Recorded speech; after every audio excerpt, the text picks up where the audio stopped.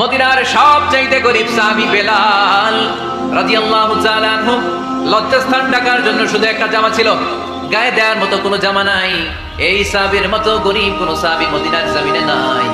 এই বেলাল রাদিয়াল্লাহু তাআলা আনহুকে বিশ্বনবী ডেকে বললেন, ইয়া বেলাল আনফিক ইয়া বেলাল লা তাখশা মিন যিল আরশি ইকলালা। ও বেলাল, আল্লাহর রাস্তায় দান করো, কারণ আমার আল্লাহর ধনভাণ্ডারের কমতি নাই। সাইয়েদনা বেলাল রাদিয়াল্লাহু তাআলা সবচেয়ে গরীব, শুনতেছেন, বুঝতেছেন? সবচেয়ে গরীব।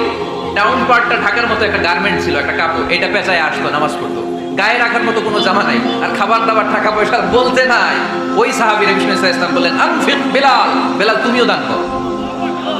মদিনার সবচাইতে গরীব সাহাবী বেলাল রাদিয়াল্লাহু তাআলা আনহু লজ্জাস্থান ঢাকার জন্য শুধু একটা জামা ছিল, গায়ে দেওয়ার মতো কোনো জামা নাই। এই সাহাবীর মতো গরীব কোনো সাহাবী মদিনার জমিনে নাই।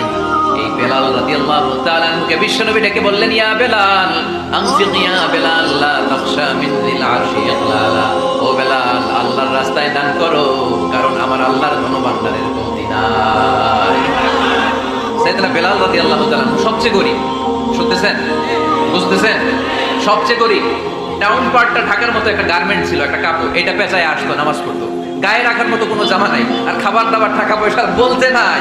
ওই সাহাবী নবী সাল্লাল্লাহু আলাইহি ওয়াসাল্লাম বললেন, আনফিক বেলাল, বেলাল তুমিও দান করো।